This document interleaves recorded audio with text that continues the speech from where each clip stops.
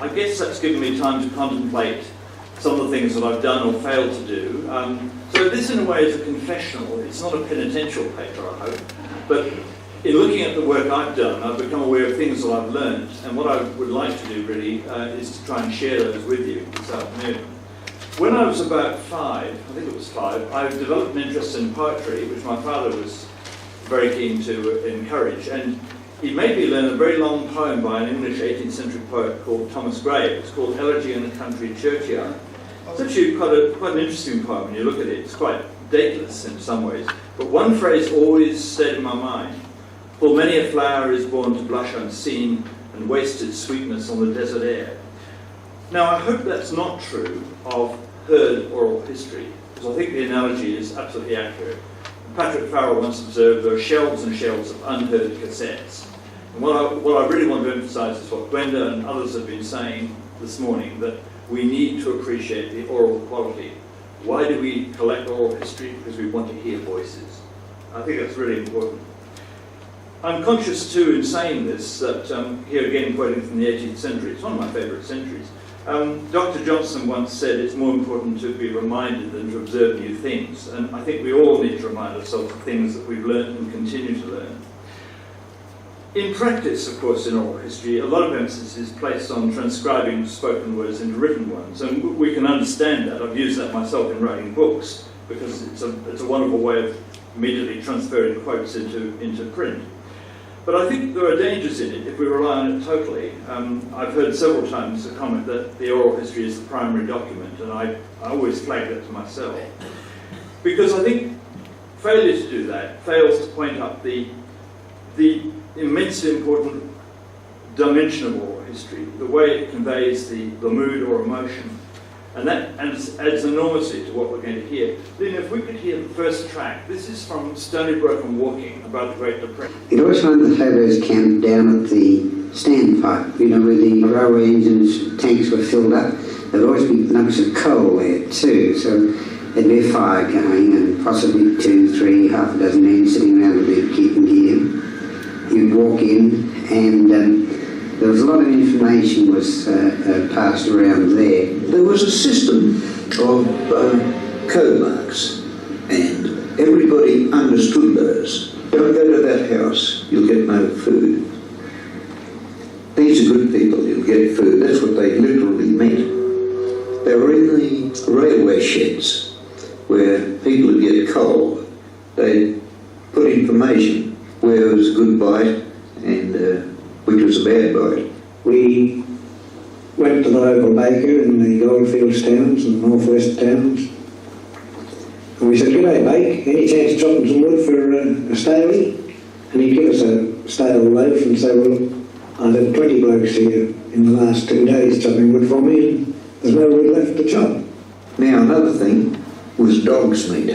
Then, if you had threepence, you went along to a butcher and asked for threepence worth of dog's meat, because that's all you fed dogs on in those days. So the old butcher would look at you askance, but he'd know what you were after. He knew you were a hobo, so you bought threepence or sixpence worth of dog's meat, mostly bones, so you could go and stew them up. And we found that although we were young and to a certain degree an outcast generation, politicians and the police seemed to think that it would be better if we all just died.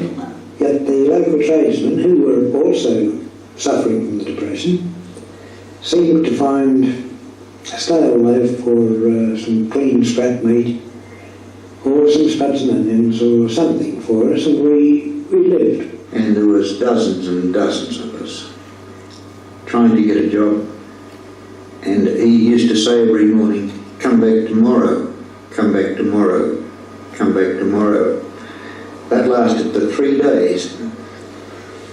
So in absolute hunger and desperation, I went along to the men's mess, the compound as it was called, and tried to beg some food off the proprietress.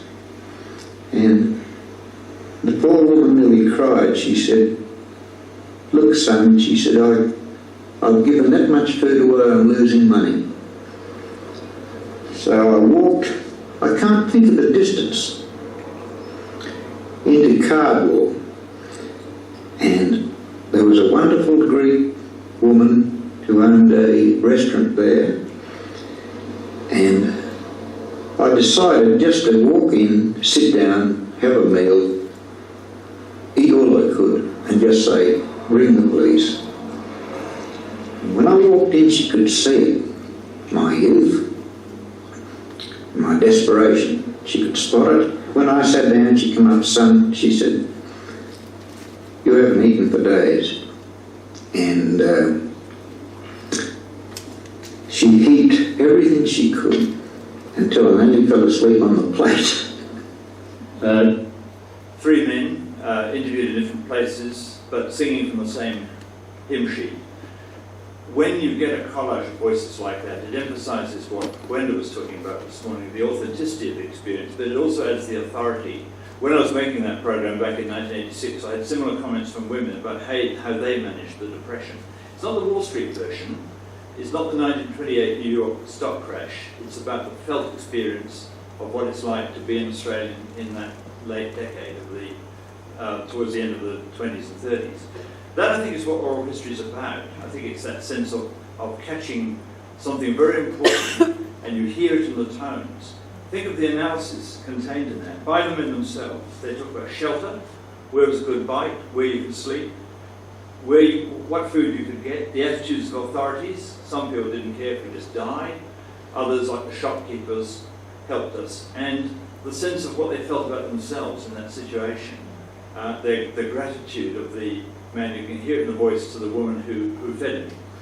Interestingly enough, we repeated this program in 2001 on the Centenary of Federation to look at the last century. And a woman rang me up from Cardwell and said, we all knew that Greek lady. She fed everybody she could who came into the town, and her son's still alive, and he'd love to hear the tape, so we sent it to him. A ripple in the pond, if you like. Oral history goes on from one generation to another, if you can catch those experiences. What I'd like to emphasise, I think, now is the sense of what we can do with what we collect. I think we often collect discrete interviews, but we don't always think about ways in which they can be used subsequently. And I suppose as a radio documentary maker, I've been privileged to always have to do that. I've always got to make sense of a story or stories, to move them into some sort of composite shape that gives meaning to what you're hearing. And I think that's what I'd really like to emphasise, I think, for all of us when we do this. And perhaps a negative example, but I can illustrate the opposite. I remember hearing a paper some time ago which traced the continuous history of numerous accidents in a rural setting. To my mind, it was a catalogue of woes, not an analysis of what really happened. We heard endless stories about what had happened to Joe, what had happened to Fred, and so on. But I wanted to know, did these accidents tail off or continue? Was there a union stance on the issue? What did management do about it? What was the effect on morale, productivity? What was the effect on families? Heaps of questions would arise in my mind out of that issue. So I wanted that oral history to offer more answers than simply the collection of the accidents themselves. Won't we go on and on, but those are the kind of questions I think we ought to ask ourselves when we're doing this. We need to broaden the range of our questions to include those. A historian, perhaps reading or hearing this material later, may well be asking the same questions. What conclusions did you draw? How far did you probe? You see, I think oral history has now become an acceptable part of so-called conventional history, but I think we have to earn our stripes there and to say, you know, we have got a positive component to add to what you're doing. I'd like also to think about local histories in that context. I'm going back to the 17th century now. My favourite 17th century poet is John Donne, who memorably uttered that no man was an island, and I'm sure today he would include women as part of the non-island too. But I think his observation always reminds us we need to see beyond what's immediately in front of ourselves. I've read and heard many local histories which concentrate only on one area itself, which look at what happens to a particular suburb. But they don't often connect with a larger world. And yet, people within those communities go out of that world and come back into it. And they're a very important part of it too. Nurses, soldiers, immigrants often see much of the rest of the world, come back into that community, form part of it, and their experiences form the history of those communities. How did a returning soldier, for example, fit into his hometown on return from Vietnam or Korea? And maybe we'll be asking that question about Iraq shortly. How did a displaced person from Poland at, say, Port Lincoln in South Australia, how did he see that community when he first came into it? I'm going to actually look at that example, and I've got some tapes which will take that a little bit further. After World War II, the Air Railway Peninsula offered the Air Peninsula Railway, I should say, in South Australia, offered for many of those displaced persons their very first job in Australia. And we'll hear from one of the people who did that, Stan Domagalski from Poland. I'm going to cue you with this one, Lena. John McBeaver was one of the Peninsula Railway staff who helped create accommodation for migrants like Stan Domagalski. You know, I probably was involved in those days in sending some of them away, and it didn't occur to you that when they get there they would have problems. But when you look back on it now, it would have been unbelievable to go to these places. In those days, there wasn't a real lot of friendship shown towards these people. That came later. There certainly wouldn't have been a lot of friendship early. Meet one of those migrant railway workers, Stan Domagalski, born 1927, 1st of May. And did you ever imagine then that you would come to live in Australia? I never even dreamed about it. How did that happen? The war broke out in 39. Now, Poland had two invasions, didn't it? The German Yes. and the Russian. Yes, the first one seen the refugees coming from the west side. That was the Polish one because they were running away from the Germans. Then the next lot was in 45. Again, same thing happened. On the other way around. The Germans are running away. And you live in a camp again. Now, another link to get into the next bit. Immediately after the war, Stan Domagalski was in a DP camp working as a driver for the UN. That's where he saw pictures of Australia when he delivered films to the camp for would-be immigrants. He liked what he saw and applied. Now, under those regulations, of course, he had to work for 2 years in a government job, and this is where he came to do railway work near Port Lincoln. When we got here, it was free. We was enjoying because we were young, but the older ones was in their 40s or late 30s. For them was life different because when we got the job, they want a man in a railway. That was it. We put their names. Who wants to go to Port Lincoln? And that was a beautiful place, Port Lincoln. You see, we had some educated men. We some have farm workers. Everything was done manually. The sleepers had to be loaded on a trolley, and from the trolley we lie them on a formation, and then another trolley comes. We had to load the rails by hand on the trolley, and from the trolley again on the sleepers, and that's how the job proceeded. And the boys, some of them say, we'll be here till we die. Thanks, Ed. Now, Stan wanted to learn English. Obviously, he wanted to make good in his new country. And he managed to find a pen friend, the daughter of a local farmer, a girl called Alice. And we'll hear how Stan got on with this particular pen friendship. Thanks, Anna. So we corresponded.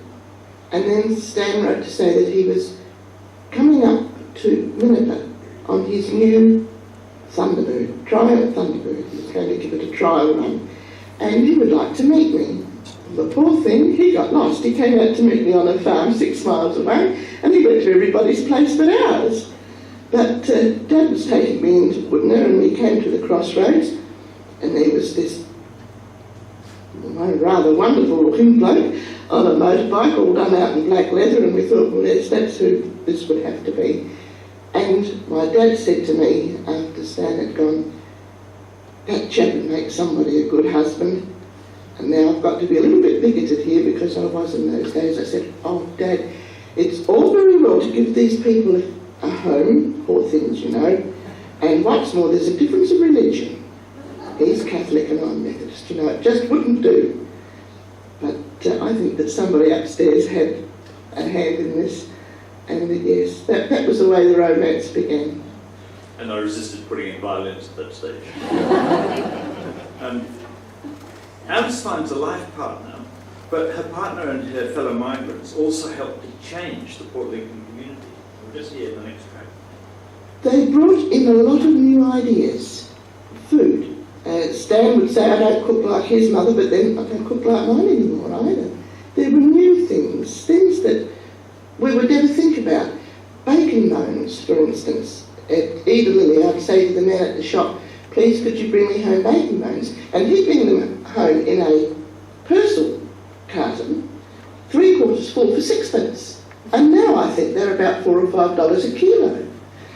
And prawns, we would go fishing and bring home prawns and cook them up for the pigs. But it was, in this case, an Italian migrant who worked with Stan on the railways who taught us to cook prawns and squid. Thanks, Dan. Thank you very much. I think What's these the use perspectives... of the prawn? Sorry, we're getting back to that when we get through. And a stony brook. Thank you, Stan, for Stony Brook and Wooden. I think these perspectives are very interesting because let's think what we've just heard.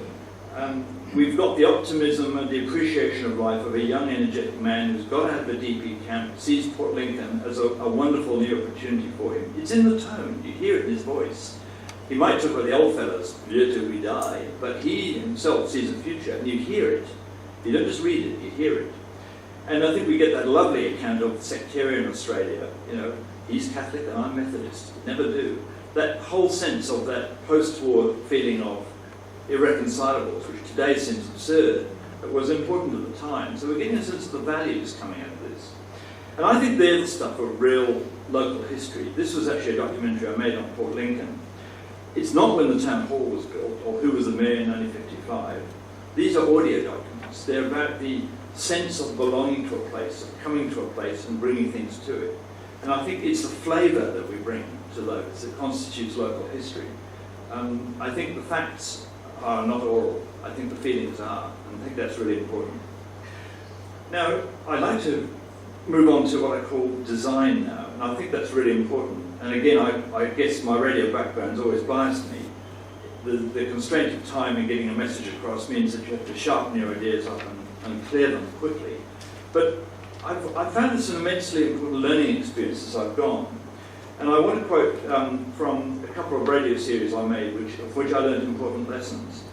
I made a series called An Unhealed Wound in 2001. It was a two-part series on the impact of the pilots dispute of 1989. It wasn't a strike, by the way, it was a dispute, and that's really important to bear in mind. If you remember, what happened was the Australian Civilian Pilots Union lodged a claim for a 29.4% wage rise. Now, this is in the context of the Accord, which Bob Hawke had established in 1983. 6% was the limit. Now, the pilots presumably may have thought of that as an ambit claim, but Peter Abels in NSET interpreted it as a one and only claim and said, you're never going to get that. The pilots are never going to be an exception. And ANSET under Abels seized that chance to write new rules for pilot employment. And to cut a long story short, unless the disputing pilots accepted the new conditions, they were effectively blackballed. And that really caused the dispute to collapse. What the travelling public remembers is the inconvenience of aircraft travel, cancellations and delays, foreign pilots flying our planes, being flown in Hercules by the RAAF, etc. I had some of those experiences myself, actually, in that period, doing well before this thing became a subject for documentary. But as I went through the archives and interviewed pilots and their families, it was clear there were at least two stories here.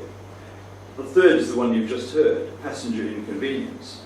Story one, which I tackle in the series, is the story of an industrial dispute. It's a story of poor pilot leadership, failure to read the political and economic climate, and a story where the government and the airlines broke the will of the pilots' union. But story two was about the personal consequences for those who took that industrial action. Many pilots never flew again. Those who, from economic necessity, went back were scabs in the eyes of those who refused to accept the altered conditions offered by the airlines. On the other side, people who stayed out often went bankrupt, there were suicides, broken marriages, long separations. Some pilots had to leave families behind and work for overseas airlines. In many ways, they were the fortunate ones. Some of them, in fact, did quite well. This is another paradox of the situation. Some flew on international routes, flew bigger aircraft, became check captains, and so on. But despite any rewards, The initial effect on nearly all families was a sudden sense of catastrophe, an alteration of what had seemed a secure existence. Professional careers for both husbands and wives abruptly ended. Wives often had to change their job or go to work or change everything in order to keep the home going. And there were families here in Brisbane who I've talked to who remember that vividly. So it seemed important for me to weave these two stories together to show the effect of a large-scale industrial dispute on individuals. When I started, I was well aware of the industrial story, but what became equally compelling was the personal story. And the depth of that I didn't really appreciate until I met the people involved. It is that emotional sense of involving yourself in the situation of people who have faced a huge crisis like that. And their memories of it are very strong. I think one of the traps that you can often have too when you make a documentary, moving on from that situation, is to set out with too fixed an idea of what you're trying to do. And I don't think that just applies to documentary. I think one of the things I've learned is to constantly rethink and revise. A very early program of mine was called Out of Sight, Out of Mind, and it was the story of a virtual concentration camp in pre-World War II at Western Australia. There was an enclosure for Aboriginal people at Moore River or Magumba, where Aboriginal men, women and children, in the case of the adults, those deemed surplus to labour requirement, or simply a nuisance in certain country towns, or in the case of children, almost an orphanage for those taken from the parents. Now, when I read about this and went to the documents and talked with historians, I became aware that this must have been an absolutely shattering, terrible situation, as indeed it was. And although I remember going in with a sort of white knight feeling that I was going to right the wrongs on radio and show what an awful outrage it was, I didn't depart from that, but I became aware of other perspectives. As I went on interviewing, I was aware that I wasn't listening to victims, I was listening to survivors and even people who'd come through it. People who'd come through it with dignity and courage and had gone on to do other things. Jack Davis, who wrote No Sugar, which is a play that dealt with that period, was one of the people I interviewed. He'd been through Moore River himself. And in answer to one of my questions about the effect of the experience, he simply said, "It made some of us very weak, it made some of us very strong."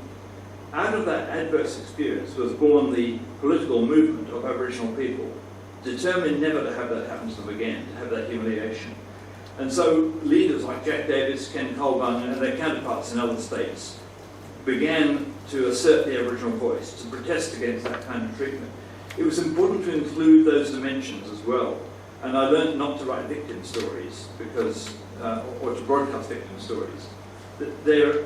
History isn't like that. It's much more complex and paradoxical and all the more interesting for it. The last example I'd like to take is a series I made much more recently. I attended the National Convention for Reconciliation in Melbourne in 1997. A speech was given there by the Governor of Victoria, who spoke of his role as a young lawyer in the 1965 Conciliation and Arbitration Commission's award of equal wages to Aboriginal workers in Northern Australia. And he outlined what he felt had been some of the outcomes of that. And I was extremely interested in what he had to say. As soon as I could, I started doing some research on it and started finding out what had really happened. This is a good intention, socially just. It had to happen. Aboriginal people had never been paid properly on pastoral stations in the north. In the Kimberley, across northern parts of Queensland, there was some pay. Northern Territory, intermittent pay. Some places, no pay at all. It had to happen, but the way it was done didn't necessarily benefit people in quite the way that was hoped. Pastoralists at that time were maintaining entire communities largely on a welfare basis on stations. And they can now argue, and they did in commission hearings, that if this happened, they would have to let people go. Now, in some cases, they treated them very humanely, in others not. You couldn't really differentiate in this case. The economic argument was just the same. They would say, well, I've looked after 300 people, now I can keep 8 stockmen, and maybe a cook here and someone else, but I'll have to let the rest of you go because my economy won't sustain it. This is, if you like, a kind of accident of history because Aboriginal people and station people had reached an accommodation before by which people stayed on country, worked for the boss, had their country for their religious and hunting and cultural purposes, but accepted a kind of feudal economy. But the 1965 decision, of course, altered that drastically. So what happened? Inevitably, Aboriginal people were drifted into towns like Katherine, Halls Creek, all over the northern Australia. Able-bodied, skilled stockmen and their families drift into a world of no work. They drift into a place where small towns can't cope with an influx of refugees, poor housing, camping out in the fringes, unemployment, passing on to the next generation, alcohol abuse. We've just read about the intervention in Northern Australia by the federal government. That is, in many ways, a direct outcome of what happened 30 or 40 years ago. The consequences are still being felt. Now, the dimensions of this story are really so complex we just couldn't go into all of them. But one of the really important things for me was a key question I learned when I was doing this. The strongest distress I heard was from people losing their country. And that I used that word in a European way, and I'll explain how that was a wrong way to use it shortly. Really, a better way to describe it would be their sense of absence from the country. The loss of station life meant in most cases the loss of contact with the land, that in a very real sense is their mother, their identity and their life meaning. Concepts that we Europeans often find very difficult to appreciate, but are enormously real to Aboriginal people, and ones that you learn to respect when you talk with them at length. This really came home to me when I was sitting with a group of stockmen at Ringers Soak, south of Halls Creek. They got back onto their land because of the Fraser government's restoration of some of the property rights of Aboriginal people. By 1985, many of them were back on the land, but struggling to make a living. This small group had been evicted from Ringers Soak in the 1980s, just put in a truck and driven into town and told, that's it, you're finished. And they lived in Halls Creek for a long time, but now we're back there. I asked one former stockman how it felt to lose his country at that time, and his reply was pretty terse. I was speaking to them in English and asking them to talk back to me in Jarrett, their own language, and using an interpreter, because I wanted not to inhibit their sense of not feeling that English, they weren't very comfortable with English. I wanted them to speak in their language. The interpreter was invaluable because we took a break shortly after that and rested for a while and then went on interviewing. Patsy Mudgabell, my interpreter from Halls Creek, took me aside and she said, by the way, you asked him the wrong question. He never lost the land. It was always inside him, inside his being. We can use words in questions that just don't fit. That was an enormously important thing for me because it crystallized the whole way that dispute had worked, that industrial situation had worked. It gave focus to the whole series, and I called the series and the book I wrote subsequently, It's Not the Money, It's the Land. What had really been at stake all along was the loss of land, the sense of losing contact with culture, with religion, with identity.